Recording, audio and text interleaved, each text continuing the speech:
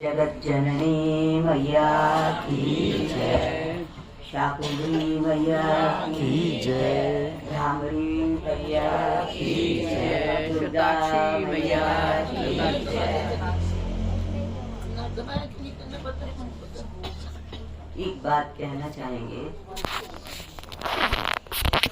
सृष्टि के आदि में जब प्रभु के मन में संकल्प आया, एको हम बहुश्याम। भगवान कितने हैं? एक। एको हम बहुश्याम। मैं एक अकेला हूँ, बहुत रूपों में प्रकट हो जाऊं। ऐसा एक मन का उनका भाव आया, संकल्प आया। तो प्रभु ने महर्षिया सप्त पूर्वे चत्वारो मनवस्तथा, महर्षिया सप्त पूर्वे चत्वारो मनवस्तथा, योग शक्ति से, संकल्प शक्ति से 7 ऋषियों को और महर्षिया सप्तपुरे चत्वारो मनवस्तथा, मद्भावा मानसा जाता, मद्भावा मानसा जाता, ये शाम ब्रह्म, ये शाम लोग। हाँ, इस तरह से लोक की रचना की प्रभु ने 4 मनुओं की, सनक, सनंदन, सनातन, सनत कुमार। ये भगवान की, और 14 मनु, मनवा कहा ना, मनु, 14 मनु, 7 ऋषि और 4 सनक, सनंदन इत्यादि।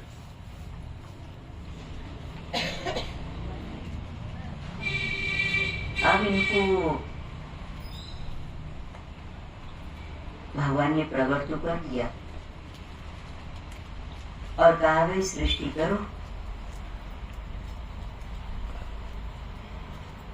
सनत, सनंदन, सनत कुमार ने इनकार कर दिया कि प्रभु सृष्टि में क्यों उलझाते हो हमें, आपकी सामने सलोने स्वरूप का हम दर्शन करेंगे, लीला का दर्शन करेंगे, महिमा का गुणगान करेंगे, हमें उलझाओ नहीं। सृष्टि नहीं थी, ब्रह्मा जी भी प्रकट हो चुके थे नाभि कमल से। सप्त ऋषियों को कहा इस सृष्टि की रचना करो, 14 मनुओं को कहा सृष्टि की रचना करो। तो बात चली कि करें तो सही सृष्टि। अब इन्होंने मानसिक सृष्टि पैदा करनी शुरू की और वो आगे वृद्धि को प्राप्त नहीं होती थी।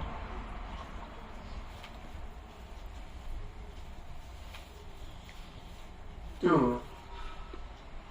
बात आई कि उससे पहले अयोनिज, ये जो 7 ऋषि हैं, 4 मनु हैं, 14 मनु हैं और 4 मुनि हैं, सनक, सनंदन, सनातन, ये चारों मुनि कहलाते। इन्होंने कहा प्रभु सभी भजन के लिए, यज्ञ के लिए तैयार हो गए, सृष्टि के लिए तैयार न हुए। अब सृष्टि बढ़े कैसे, संकल्प से कितनी सृष्टि भगवान पैदा करे, दिक्कत होने लगी। तो ब्रह्मा जी ने, ये अयोनिज है, इनका योनि से जन्म नहीं हुआ, योनि से इनका जन्म ना होने से अयोनिज है। तो इन्होंने कहा हम तो सृष्टि करेंगे नहीं। तो ब्रह्मा जी ने अपनी भुजाओं को ऐसे रगड़ा और एक तरफ से एक पुरुष निकला और दूसरी तरफ से स्त्री का प्राकट्य हुआ। जो पुरुष निकला वो मनु कहलाया, जो दाईं तरफ से प्रकट हुआ वो मनु कहलाया, और जो बाईं तरफ से प्रकट हुआ वो शतरूपा। एक की आकृति पुरुष वाली थी और दूसरे की आकृति स्त्री वाली थी। और फिर उनसे कहा गया कि अब तुम मानवीय सृष्टि पैदा करो। तो योनिज है ये योनि से पैदा होने वाले हैं। स्त्री पुरुष के संग से फिर सृष्टि की रचना हो। तो सृष्टि की रचना हुई। प्रकृति ने आद्या शक्ति भी माँ का एक नाम होता है, सुना होगा आप लोगों ने। आद्या शक्ति आप कहाँ सृष्टि करें, केवल जल ही जल था चारों तरफ। इससे पहले ब्रह्मा जी से पहले शंकर जी को भगवान ने आज्ञा दी थी। पहले काल को प्रकट किया था और काल शंकर जी का रूप है। तो कहा कि सृष्टि रचना करो। अब काल ने तो काल जैसी सृष्टि रचना कर दी थी। मधु कैटव जो हुए हैं राक्षस पैदा हो गए, तामसी सृष्टि की। फिर ब्रह्मा जी से कहा गया मानवीय सृष्टि पैदा करो। मानवीय, तो फिर मनु और शतरूपा, और इसीलिए उनका नाम मनु था रखा, शतरूपा रखा। तो मनु से पैदा होने की वजह से उनका नाम क्या हो गया? मानव।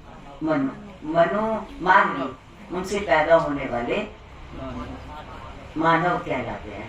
मानव, मानव में स्त्री है या पुरुष है, दोनों मानव है। मानव जाति उसको कहते हैं।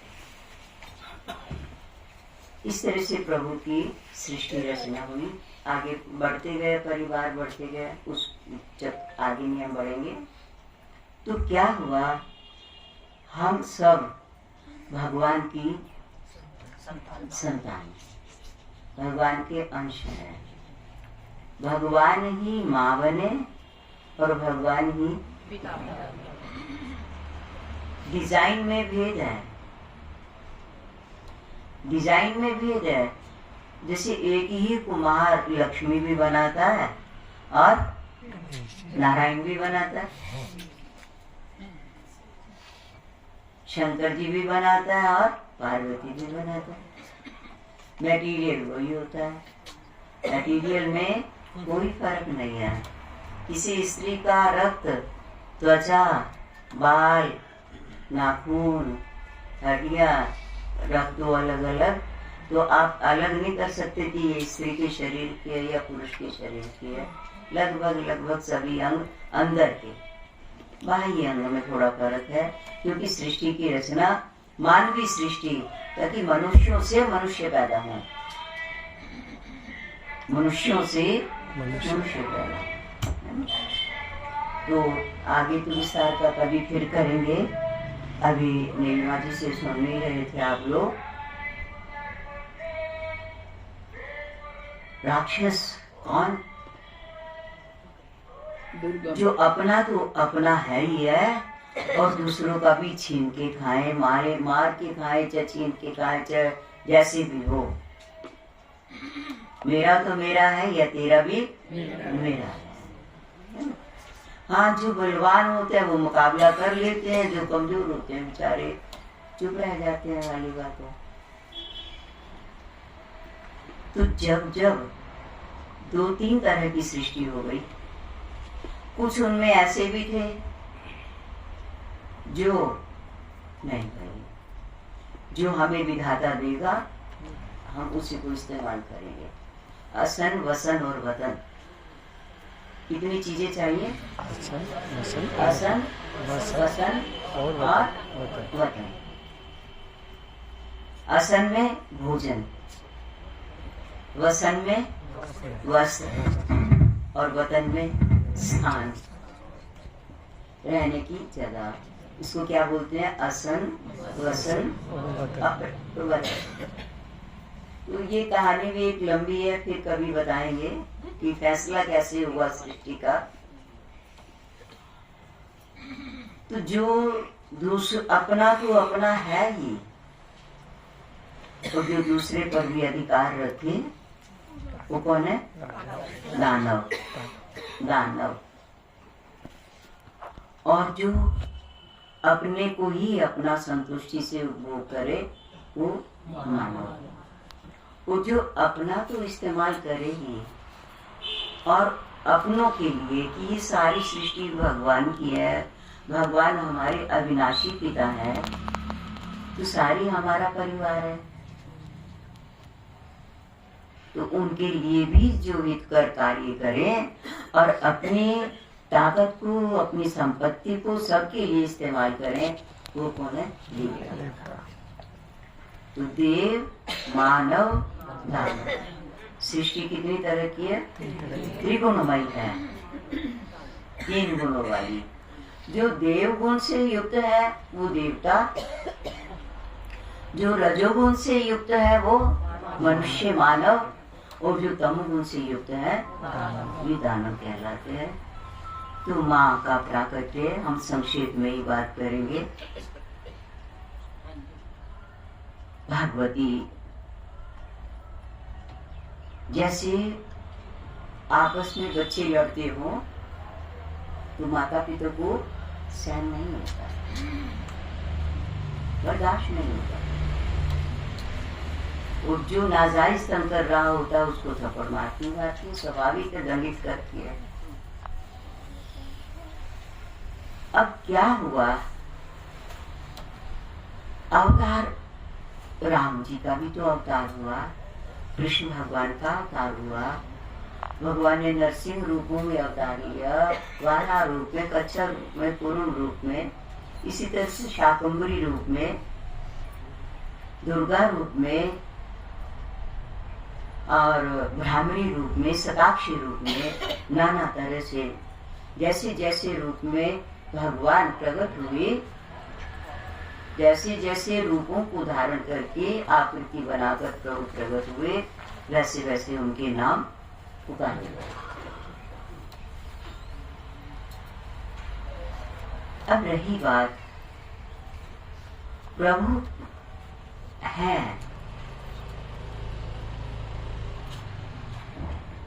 और प्रभु का असली रूप क्या है? सत चित आनंद। सत चित आनंद। जैसे मिश्री में नमक नहीं है, खटास नहीं है, छिलका नहीं है मिश्री में, गुठली नहीं है, मिश्री तो मिश्री। ऐसे भगवान में दुख नहीं है, रोग नहीं है, पीड़ा नहीं है, गरीबी नहीं है, दरिद्रता नहीं है, काम, क्रोध, लोभ, मोह भगवान में नहीं है। इन सब से रहित है भगवान। और भगवान से सृष्टि हुई, होता क्या है? जो राक्षस होते हैं, मेरा तो मेरा है और तेरा भी मेरा, और जब उससे छीनते हैं, उसकी पिटाई कुटाई करते हैं और हार जाते हैं, नहीं उसको काबू कर पाते हैं, तो फिर तप करना शुरू कर देते हैं अपनी ताकत बढ़ाने के लिए। जप और तप। और सृष्टि की रचयिता कौन है? ब्रह्मा जी। रचते कौन है? ब्रह्मा जी। और शंकर जी, नारायण तो पालन करने वाले हैं, तो ब्रह्मा जी का ज्यादातर जितने भी ये राक्षस हुए हैं ना, नारायण की स्तुति करने वाला कोई राक्षस नहीं हुआ होगा। नारायण ने ऐसे वरदान दिए ही नहीं है किसी को, इसीलिए कोई नारायण की स्तुति करता ही नहीं है। जो नारायण को चाहता है वो नारायण की स्तुति वंदना करता है, महिमा गाता है। तो राक्षस किसी करते हैं? ब्रह्मा जी की और जी की। जल्दी प्रसन्न हो जाते हैं जल्दी।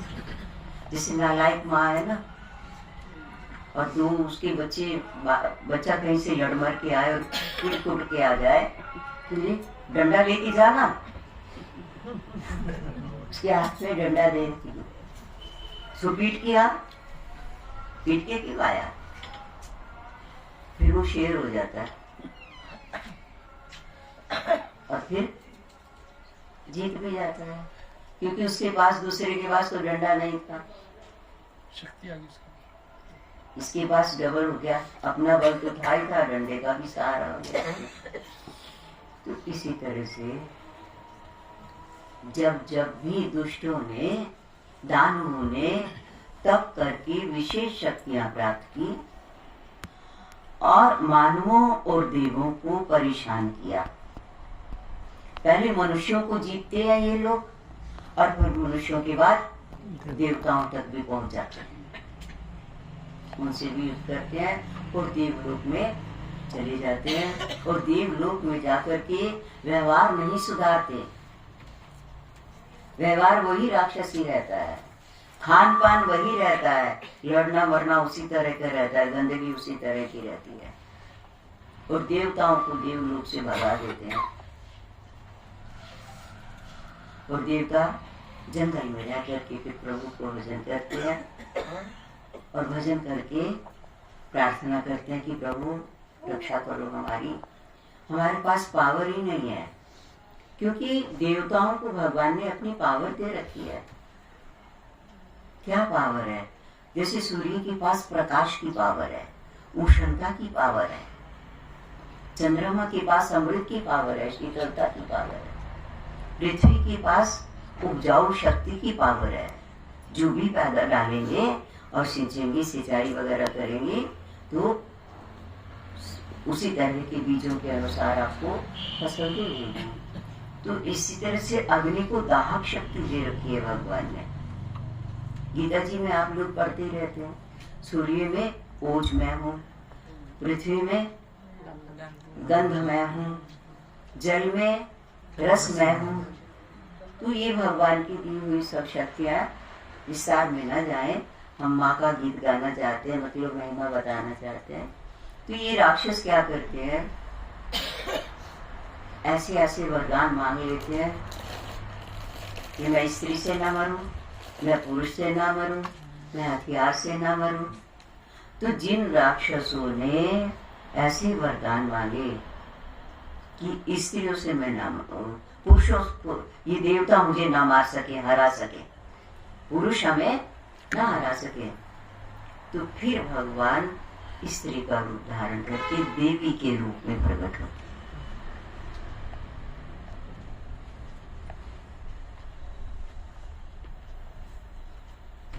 शक्ति के रूप में भगवान प्रकट होते हैं, अवतार लेते हैं। तो जब जब दुखी होते हैं तो देवता उनसे प्रार्थना करते हैं, ठाकुर से प्रार्थना करते हैं, प्रभु हमारी रक्षा करो इन राक्षसों से। जैसा अभी आप लोग सुन रहे थे, शताक्षी मुनियों को देखा, और ये राक्षस क्या करते हैं, ये नहीं देखते कि शांत है, भजन करने वाले हैं, चुप है, हमारा कुछ बिगाड़ नहीं रहे हैं, इनके पास कोई सामर्थ्य भी नहीं है, परंतु इनको एक जलन होती है कि ये देवताओं की पूजा करते हैं और उससे देवताओं की ताकत बढ़ती है और देवता हमारे ऊपर हावी हो जाते हैं। इसलिए मुनियों को भी तंग करो, परेशान करो, इसलिए मुनियों को भजन में विघन डालते हैं। भजन करने वालों के तो विघन ये किसके यहाँ डाल सकते हैं, जिसके यहाँ अशुद्धि होती है, जो अशुद्धि से करते हैं, लापरवाहियों से करते हैं भजन। अशुद्ध रहना राक्षसों का काम है। इसलिए हमारे यहाँ शास्त्रों में आया कि स्नान करके शुद्ध कपड़े पहन करके शुद्ध जगह में बैठ करके भजन करो तो सफल हो पाएगा, आपका कोई विघ्न नहीं आएगा। तो इन्होंने क्या किया, सब ऋषियों को देवताओं को परेशान किया। तो माँ ने अपने स्वरूप को प्रकट किया और 1000 आंखों से सबकी ओर देखा और ऋषि मुनियों ने उनकी स्तुति की। दानव भाग गए। चोर कब आता है? दिन में कभी चोरी नहीं करेगा। जब दिन में करेगा तो सही उसकी करेगा जो घर वाले ना होंगे तो तब चोरी करेगा, है ना। और नहीं तो चोरों का समय कौन सा माना जाता है? रात का। और वो भी कौन सा? 12 से 3 तक। पहले प्रथम पहर सभी कोई जागे, दूसरे पहर में भोगी, तीसरे पहर में तस्कर जागे, चौथे पहर में जोगी। इसके बाद में जो नर सोवे सो जब सब जानो रोगी।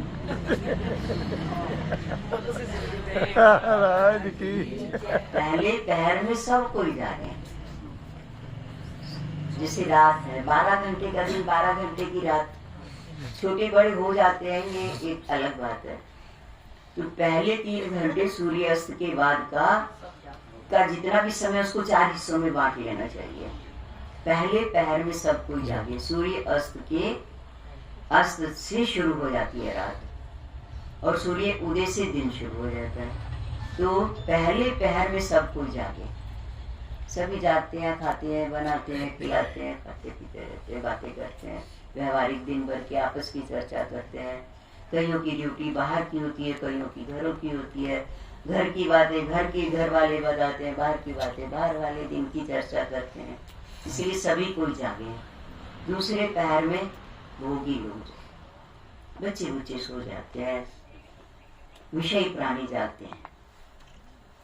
और तीसरे पहर में तो मान लिया हम 3-3 घंटे का लगा लें, 12 घंटे की रात है तो 3 घंटे, मान लिया 6 बजे सूर्य अस्त होगा, 6 बजे उदय होगा, तो 6 से 9 तक तो प्राय घर में सब जागते हैं, आप लोग देखते हैं। और 6 से 9 तक, 9 से फिर दूसरा 9 से 12 भोगियों का समय माना जाता है, विषय प्राणियों का। 12 से कितने हुए? गिनती भूल गए क्या? 12 बजे से 3 बजे तक। तीसरे पहर में तस्कर जागे, चोर। कि अब बच्चे बुच्चे सब सो गए होंगे, सब आदमी लोग भी सो गए होंगे, घर की स्त्रियां भी सो गई होंगी और भजन करने वाले भी अभी जागे नहीं होंगे, तो वो फिर चोरी करने के लिए निकलते हैं चोर लोग। 12 से 3 में और 3 से 6 में योगी, संतों का समय माना जाता है, भजन करने वालों का। उसको ब्रह्म मुहूर्त भी कहा जाता है, क्योंकि पहले दिन की थकावट सोने से खत्म हो जाती है। रात को खा के सोए हैं, अभी इतनी भूख भी नहीं होती है, सूर्य उदय तक ही तो भूख लगती है। तो इसलिए फ्रेश होते हैं, नहा धो के भजन में बैठते हैं, प्रभु को याद करते हैं। न मन की थकावट होती है, न तन की थकावट होती है, न कोई संकल्प विकल्प होते हैं। संकल्प भी सब सो जाते हैं। सोने का अर्थ क्या है? मन का सो जाना, इंद्रियों का सो जाना, शरीर के अंगों का लेट जाना, मैंने निष्क्रिय हो जाना, काम न करना। इसका क्या अर्थ होता है? सोना। जिस समय न मन काम करे, न बुद्धि काम करे, न इंद्रिया काम करे, न शरीर काम करे और न व्यवहार हो, न स्वप्न हो, न जागृत अवस्था है न स्वप्न अवस्था है, सुषुप्ति उसको बोलते हैं। तो चौथे पहर में सब कोई जागे। हाँ, इसके बाद में जो न सोवे सो तुम जानो। सूर्य उदय के बाद सोने वालों का शरीर खराब रहेगा। अगर कोई निरोग रहना चाहता है तो सूर्योदय से पहले उठे। और सूर्योदय के बाद उठने वाले ही भजन नहीं करते, क्योंकि टाइम ही नहीं मिलता। नहाना है, धोना है, फिर जाना है, फिर ड्यूटी पर जाना है, फिर टाइम नहीं मिलता उनको। अपना मोबाइल चार्ज तो करते नहीं, फिर टाइम क्या करेगा बेचारा, और सफलता क्या करेगी। तो आज माँ का दिन है, हम ज्यादा बढ़ गए हैं। ये कहना चाहेंगे कि जब जैसा राक्षसों का दानव जब प्रभु से वरदान ले लेते हैं, और इस तरह के वरदान जिन्होंने भी लिए उनके लिए भगवान को इस तरह के रूप में आना पड़ा। सो शताक्षी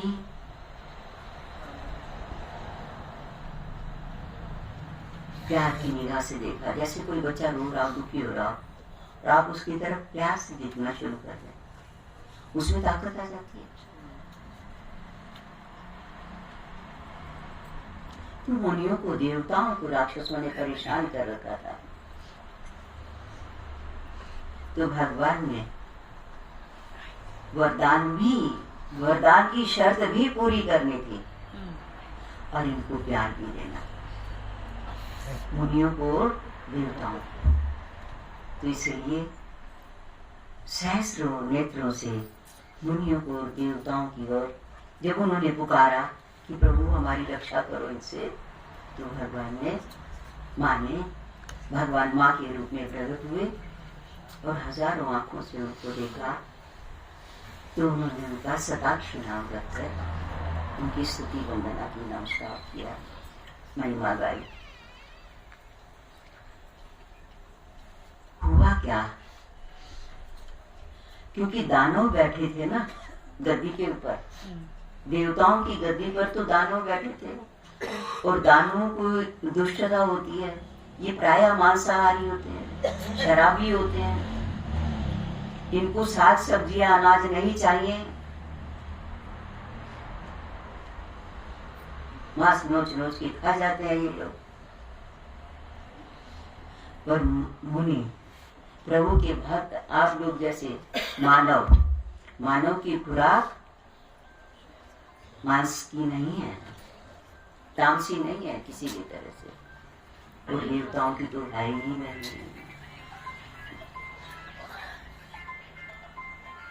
तो राक्षस लोग गद्दी पर बैठे थे, देवताओं की गद्दी पर स्वर्ग में। अब वर्षा करे कौन? नहीं करते हम वर्षा। हमें तो खून पीना है, मांस खाना है, हमारी तो भूख और प्यास मिट गई। इसलिए भगवान क्या करते हैं, जब देखा वर्षा नहीं हो रही और देवता भी परेशान है, देवता कुछ कर नहीं पा रहे, अधिकार छीन लिया उनका, और मनुष्य, मुनि, संत, सज्जन, मनन करने वाले, भगवान के रूप का मनन करने वाले भूखे प्यासे, तो माँ ने अपने शरीर से हर तरह की शाक सब्जी पैदा कर दी, तो सब के लिए कर दी, और सब तरह की कर दी।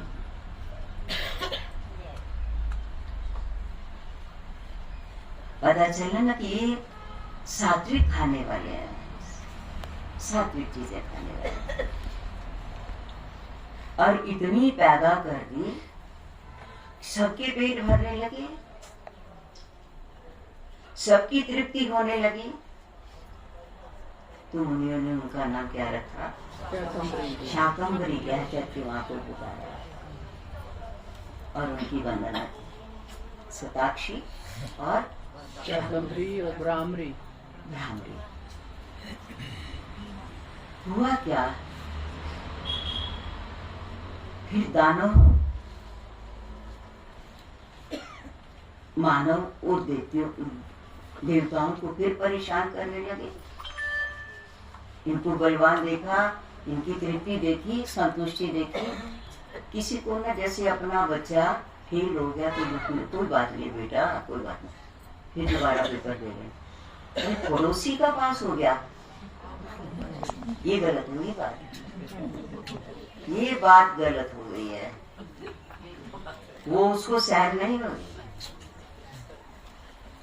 कि किसके संकल्प होते हैं, दुष्टों के, दानवों के। तो दानवों ने देखा अरे ये मुनि तो फिर उसी तरह उतने बल से, पौरुष से और भजन कर रहे हैं, भगवान की महिमा गा रहे हैं, जब भी कर रहे हैं तब भी कर रहे हैं, यज्ञ भी कर रहे हैं। क्योंकि जब माने वर्षा की इसकी सब्जियों की, हर तरह की सब्जियां फल, तो उससे उन्होंने यज्ञ वगैरह भी किए। यज्ञ, दान और तप तीनों फिर चालू हो रहे। दान का मतलब जो नहीं उस फल को प्राप्त कर पाए और किसी के पास ज्यादा गिर गए तो दूसरों को सहयोग दिया। और फिर उन फल सब्जियों को राक्षस खाने लगे। अब वर्षा होगी तो सभी के घरों पर होगी ना, शूद्रों की भी होगी, ब्राह्मणों की भी होगी, वैश्यों की भी होगी, राजाओं के घर पे भी होगी।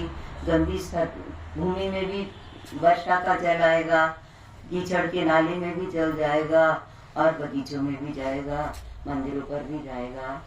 तो इसी तरह से वर्षा जब हुई, माँ के नेत्र शरीर से शाख निकले, हर तरह के दानवों ने भी खाए। तो माँ ने 6 पंख वाले रूप धारण कर लिए। भ्रमर, जिसकी 6 पंजे होते हैं ना, पंजों से पकड़ पकड़ के उनको भ्रमर काटता है, मोहरा आ गया, हट जाओ, है ना। तो 6 पंजे वाला भ्रमर बन करके और हजारों भ्रमर बन करके दानवों को हटाया, खाने से रोका, मानवों को, मुनियों को खाने को दिया। मुनियों ने उससे अपना पेट भी भरा और देवताओं की अर्चना वंदना भी की। बोलो शाकुंभरी मैया आज उन्हीं माँ का प्राकट्य दिवस है। माँ सबकी रक्षा करें। भूरे महाराज का दीक्षा दो, भूरे देव। ऐसा है, हनुमान जी को आज तो छोटा सा ही एक लाइन में ही बता दें, बस लेट हो रहे हैं ना आप लोग, कि हनुमान जी को जब इन्होंने देवताओं ने दर्शन दिया, ऐसा कहते हैं, जब चोट लगी इंद्र के द्वारा, क्यों लगी ये कल बताएंगे, कल याद दिला देना। तो और पवन देव को पता चला, वो तो हनुमान जी को लेके एक गुफा में घुस गए कि अभी तो इसने अपना वो मारा है, वज्र मारा है और ठोड़ तोड़ दिए हैं, न जाने कितना खत्म कर दिए मेरे बच्चे को। गुफा में लेके चले गए हनुमान जी को। कौन? पवन देव। अब पूरा ध्यान वहीं चला गया ना। अगर किसी का भी बच्चा कष्ट में हो तो वो सब कुछ खुला छोड़ के भी भागता है बच्चे को बचाने के लिए। अब पवन देव का पूरा ध्यान उधर चला गया तो बहना बंद हो गया। जब बहना बंद हो गया लोगों की श्वास रुक गई। प्राण किस पर आधारित है? पवन। सृष्टि चौपट होने लगी, लोग मरने लगे, सृष्टि में हाहाकार मचने लगा। ब्रह्मा जी से प्रार्थना की देवताओं ने, प्रभु पवन देव को कहो। देवताओं की पिता कौन है? ब्रह्मा। कि पवन देव को कहो, पता नहीं कहाँ चले गए हैं, सृष्टि चौपट हो रही है। आए, देखा पवन देव बालक को गोद में लिए रो रहे हैं, आंसू बहा रहे हैं। ब्रह्मा जी ने प्यार से बुलाया, पवन देव सृष्टि चौपट हो रही है, तुमने अपना काम करना बंद कर दिया, अपनी ड्यूटी लेनी बंद कर दी। बोले मैं क्या करूं, मेरी सृष्टि तो चौपट हो गई। मेरा बच्चा जब बेहोश पड़ा है, मैं सृष्टि को बचाऊं या बच्चे को बचाऊं? यद्यपि पवन देव पहले उठे, ब्रह्मा जी के चरणों में प्रणाम किया, फिर बच्चे को कहा कि ये देखो इसका हाल, खून बह रहा थोड़ी से। ब्रह्मा जी ने कृपा का हाथ फेरा हनुमान जी के ऊपर, होश में आए हनुमान जी और आशीर्वाद दिए, तरह तरह के आशीर्वाद दिए।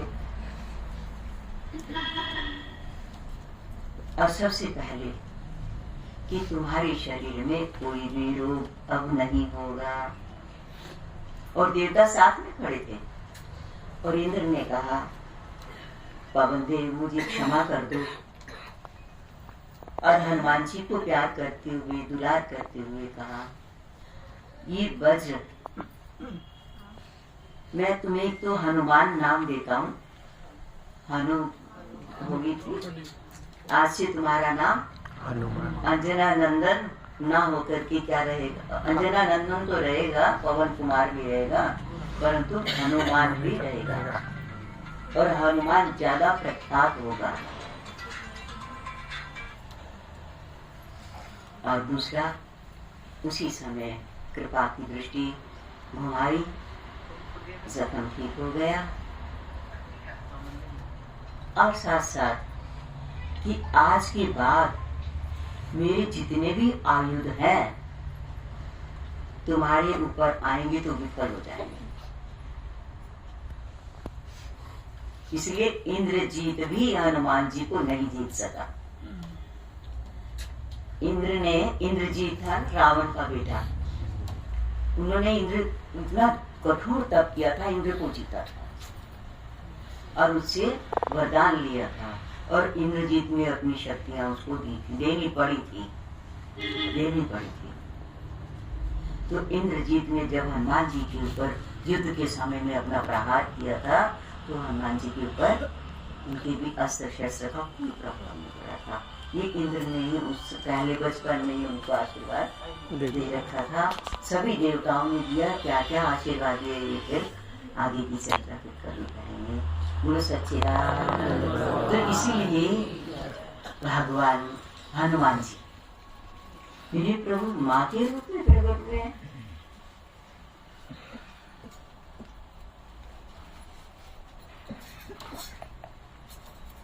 दिव्य दृष्टि की हनुमान जी के पास में।